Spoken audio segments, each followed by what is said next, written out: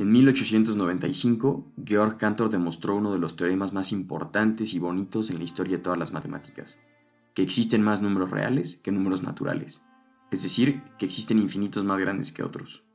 La demostración que dio procede por reducción al absurdo. Supongamos que existe una función biyectiva f de los naturales en los reales, es decir, supongamos que existe la misma cantidad de números naturales que de números reales. Luego, como esta función es biyectiva, podemos darle una representación visual muy bonita de ella. Del lado izquierdo pondremos a los números naturales, y del lado derecho pondremos a un número real entre 0 y 1. Así, al número real 1 le corresponde, bajo la función f, el número real entre 0 y 1, que denotaremos por punto A11, A21, A31, hasta AN1, donde cada A y 1 es un dígito de 0 a 9. De la misma manera podemos poner al 2 y a la imagen que le corresponde al número 2 bajo la función f. Así tendremos una tabla infinita, donde la columna de la izquierda tendremos a todos los números naturales y del lado derecho tendremos a las imágenes bajo la función f de esos números naturales. Lo que hizo Cantor después ha pasado a la historia desde entonces. Él consideró la diagonal de esta tabla y se fijó, por ejemplo, en el primer elemento, punto A11. Este es un dígito entre 0 y 9. Y Cantor lo que dijo es, bueno, consideremos algún otro dígito distinto de ese. Es decir, si A11 es un 3, él dijo, vamos a considerar un 4. E hizo lo mismo con todos los elementos de la diagonal, con A22, A33 y ANN. Y lo que hizo con esto es que generó un nuevo número real, de la forma punto B1, B2, B3, Bn, etc. ¿Y qué tiene de particular este número real? Que por la forma en la que lo hemos construido, B1 es diferente a A11, B2 es diferente a A22, B3 es diferente a A33, Bn es diferente a ANN. ¿Y esto qué significa? Podemos hacernos la siguiente pregunta. ¿Este número real que hemos construido está en la lista? Es decir, ¿es la imagen bajo la función f de algún número natural? Dado que la función f es biyectiva, la respuesta tendría que ser sí, pues este es un número real y estamos suponiendo que la función f es biyectiva. Pero observándolo a detalle, vemos que no puede ser la imagen bajo f del número 1, pues es diferente de la imagen del número 1 en al menos una posición, porque B1 es distinto de A11. Tampoco puede ser la imagen bajo f del número 2, porque es distinto de la imagen bajo f del número 2 en al menos una posición, porque B2 es diferente de A22. Y tampoco puede ser la imagen bajo la función f del número n, pues es distinto de ella en al menos una posición, pues Bn es distinto de ANN. Así, lo único que nos queda es concluir que este número real no está enlistado, es decir, que no existe un número natural tal que f de n sea igual a este número real que hemos construido. Y esto es una contradicción con el hecho de que f es biyectiva. Por lo tanto, el número de números naturales es menor que el número de números reales. Es decir, existen infinitos más grandes que otros. Esta demostración es preciosa en sí misma, pero además es muchísimo más ingeniosa y profunda de lo que parece a simple vista. Echemos un vistazo con lupa para ver cómo es que esta demostración funciona. Lo que está detrás de esta demostración es que, primero que nada, tenemos una clase de objetos. En este caso, la clase de objetos que son imágenes de la función f. Y tenemos también una condición phi, que es la de ser un número real. Lo que hace Cantor es producir un objeto nuevo y que satisface la condición phi, pero que no pertenece a la clase x. En este caso, y es el número real 0.b1, b2, b3, bn, etc. Es decir, podemos pensar en una función delta que produce un objeto y al ser aplicado a la clase de objetos x. Es decir, delta de x es un objeto que satisface la condición phi, pero que no pertenece a la clase de objetos x. A una condición phi que cumple con lo anterior se le conoce como una condición extensible. La ventaja de ver la demostración de Cantor con estos ojos es que la podemos generalizar y podemos verla en muchas de las demostraciones más famosas e importantes de todas las matemáticas. Veamos algunos ejemplos. El primer ejemplo de la historia de diagonalización lo dio nadie más y nadie menos que Euclides, en el año 300 a.C. Él consideró un arreglo similar al de Cantor, Del lado izquierdo, los primeros n números naturales, y del lado derecho, los primeros n números primos. En este caso, la clase de objetos es precisamente esa, los primeros n números primos. La condición es la de ser un número primo. Y nuestra función diagonal nos va a regresar un objeto tal que aplicado a los primeros n primos me produce un número primo, pero que no pertenece a la clase de los primeros n primos. De esta forma, Euclides demuestra que hay un número primo más de los considerados anteriormente, y por lo tanto, que el conjunto de números primos es un conjunto infinito. Otra demostración fundamental que usa el método de diagonalización es la que dio Gödel. Así que demos una prueba heurística de su argumento. Lo que hizo Gödel fue considerar un sistema formal en el que sean definibles ciertas propiedades de los números naturales. A este sistema formal le vamos a llamar AP, y a las propiedades definibles correspondientes le vamos a llamar fórmulas. Ahora, estas fórmulas las podemos ordenar, digamos A1 de x, A2 de x, AN de x, etc. Dada una fórmula AI de x, nos podemos hacer una pregunta válida, que es ¿Y satisface la fórmula AI de x? Y así es como se da la definición de un número gödeliano. Es decir, I es gödeliano si en AP no podemos demostrar AI de I. Lo que resulta entonces es que la propiedad de ser gödeliano es a su vez una propiedad de los números naturales, y por lo tanto está enlistado. Es decir, existe una G tal que AG de X define la propiedad de ser gödeliano. Nosotros entonces nos podemos hacer la pregunta, ¿G satisface AG de X? Por definición de ser gödeliano, G es un número gödeliano si en AP no podemos demostrar AG de G. Pero si en AP no podemos demostrar AG de G, entonces G, por definición, es gödeliano, lo cual significa que satisface la fórmula AG de X, pues por definición, AG define la propiedad de ser gödeliano. En AP puedo demostrar AG de G, si y solo si en AP no puedo demostrar AG de G. Lo que se esconde detrás de la prueba que dio Gödel en 1931, de nuevo es un argumento diagonal. En este caso, la clase de objetos es la clase de fórmulas demostrables. La condición phi es la de definir propiedades de números naturales.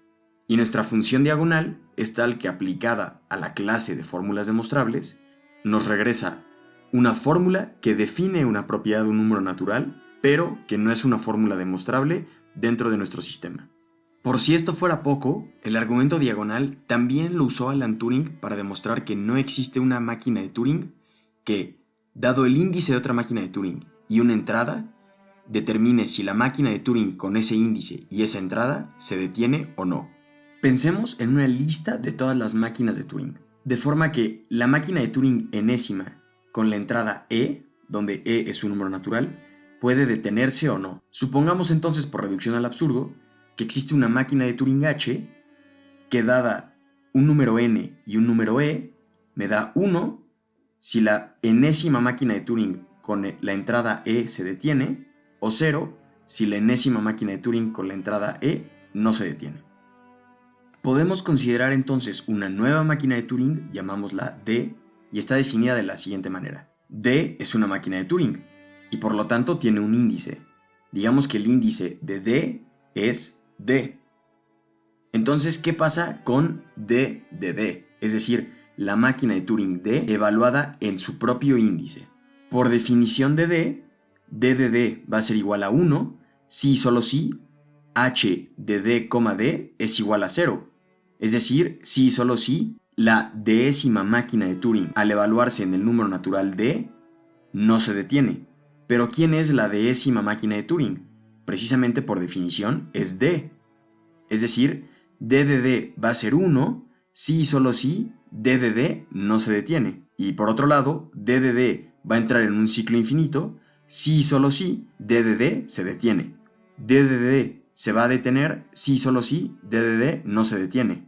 Es decir, D no es computable. Y por lo tanto, la máquina que habíamos supuesto como computable, que era H, no es computable.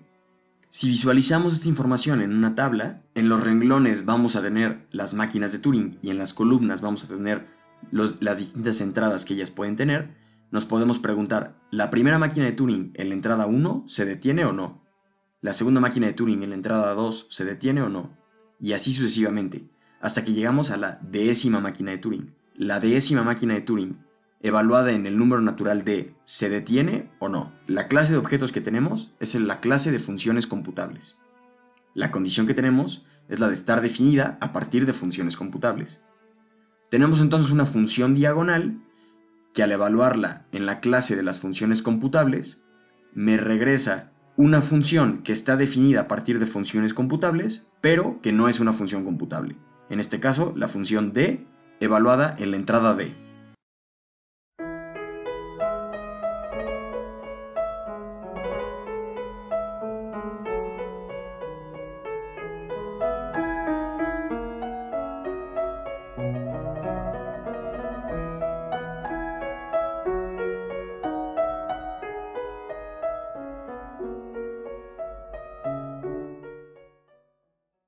Y bueno, habiendo visto todos estos resultados, parece que el argumento diagonal es infalible y que es una maquinaria extraordinaria de producción de teoremas hermosos.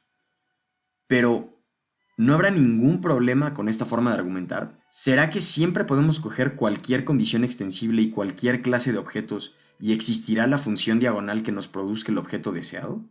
¿Qué pasa, por ejemplo, si consideráramos la clase de objetos de todas las phis, es decir, de todas las condiciones? Bueno, de existir la función delta, al aplicársele a la clase de objetos x, resulta que el objeto delta de x no puede ser un elemento de la clase x, pero sí debe satisfacer la condición phi. Pero en este caso, ¿quién es x? X es la clase de todas las phis, y estamos diciendo que se debe satisfacer phi de delta de x. Es decir, se debe de satisfacer phi de delta de todas las phis. Lo que eso implica es que en este caso particular, la función delta de x es autorreferencial, pues tiene que ser satisfacible por la condición phi, pero está definida a partir de la condición phi. Y bueno, esto no pinta nada bien, porque todos sabemos que donde existe autorreferencia, pueden existir paradojas. Esto fue de hecho lo que le sucedió a Cantor en 1899. Consideremos un conjunto C, que va a ser el conjunto de todos los conjuntos. Entonces sabemos que la potencia de un conjunto es a su vez un conjunto, y que contiene a todos los subconjuntos del conjunto dado. Entonces, la potencia de C es un subconjunto de C. Por el teorema de Cantor, sabemos que la cardinalidad de C tiene que ser estrictamente menor que la cardinalidad de la potencia de C. Pero, por otro lado, C es el conjunto de todos los conjuntos. Entonces, ningún otro conjunto puede tener cardinalidad mayor que él, pues cualquier otro conjunto está contenido en él. Es decir, la cardinalidad del conjunto potencia de C es menor o igual que la cardinalidad del conjunto C. Y esto evidentemente es una contradicción. ¿Qué es lo que se esconde detrás de esta paradoja? Pues la clase de objetos, en este caso, es el conjunto de todas las phis. Y la condición phi es la de ser conjunto, es decir, la clase de objetos que estamos considerando es el conjunto de todos los conjuntos. Y así, la función delta, que me regresa el conjunto de todos los conjuntos, es una función autorreferencial, y por lo tanto nos conduce a paradojas. Otra paradoja famosísima, que de hecho inspiró a Gödel a hacer sus teoremas, es la paradoja de Richard. Lo que pensó Richard es que algunas frases definen propiedades de números naturales. Por ejemplo, los números naturales que solo son divisibles entre sí mismos y la unidad. O los números naturales que son expresables como el cuadrado de algún otro número natural. Entonces, pensó Richard, estas frases las podemos ordenar lexicográficamente. Digamos, d1 de x, d2 de x, d3 de x, hasta dn de x. Y vamos a definir la propiedad de ser richardiano si y solo si n no tiene la propiedad que él numera. Escrito simbólicamente, diríamos que n es richardiano si y solo si no dn de n. Podemos de nuevo poner toda la información en una tabla. ¿Y qué es lo que sucede? Que ser richardiano es una definición en la lengua española que define la propiedad de un número natural. Y por lo tanto aparece en la lista, digamos en el índice R. Y nos podemos preguntar, ¿qué sucede con dr de r? Es decir, dr de x va a ser el enunciado x es un número richardiano. Nos podemos preguntar, ¿R es un número richardiano? Por un lado, R es richardiano si y solo si se satisface dr de r. Pero por definición de ser richardiano, un número es richardiano si y solo si no satisface la propiedad que él mismo indica. Recapitulando, tenemos que R es un número richardiano si y solo si R no es un número richardiano, lo cual evidentemente es una paradoja. De nuevo, podemos englobar esta paradoja dentro del esquema que hemos venido trabajando, porque estamos considerando como clase de objetos el conjunto de todos los enunciados que definen propiedades de números naturales. Luego, el enunciado ser richardiano es un enunciado que define una propiedad de números naturales, pero que a su vez está definido por esas propiedades. Y bueno, difícilmente podríamos hablar de paradojas sin hablar de la paradoja de Russell. El filósofo británico en 1901 imaginó el siguiente conjunto. Ahora nos podemos preguntar, ¿R es un elemento de sí mismo? Si R es un elemento de sí mismo, entonces R pertenece al conjunto de todos los conjuntos que no son elementos de sí mismo. Es decir, R no es un elemento de sí mismo.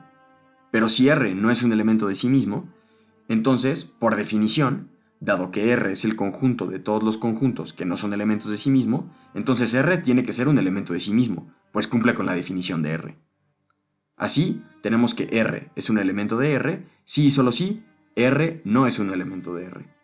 En este caso, la paradoja viene de nuevo de considerar como clase de objetos válida el conjunto de todos los conjuntos, de forma que la función diagonal me regresa un conjunto que está definido a partir de sí mismo, en este caso, el conjunto R. Como pueden ver, el método de diagonalización nos ha dado muchos de los resultados más bellos de toda la matemática, pero tratado sin cuidado nos puede llevar también a paradojas, que han sido de los más grandes dolores de cabeza en el estudio de los fundamentos de la matemática y de la lógica matemática. Hoy en día, la diagonalización ha despegado muchísimo y hay teorías muy avanzadas como la teoría de categorías que trabajan con ella. Pero eso ya será motivo, en todo caso, de otro video.